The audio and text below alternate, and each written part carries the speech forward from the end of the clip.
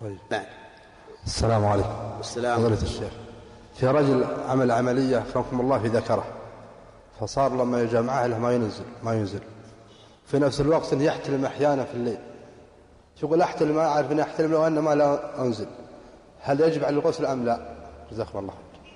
أما إذا جامع زوجته فإن عليه الغسل وعليها أيضا سواء أنزل أم لم ينزل، لحديث أبي هريرة رضي الله عنه أن النبي صلى الله عليه وعلى آله وسلم قال: إذا جلس بين شعبها الأربع ثم جهدها فقد وجب الغسل.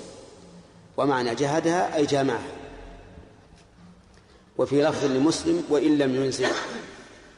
وأما إذا كان باحتلام، يعني احتلم أنه جامع ولكن لم يرى شيئا، فإنه لا غسل عليه،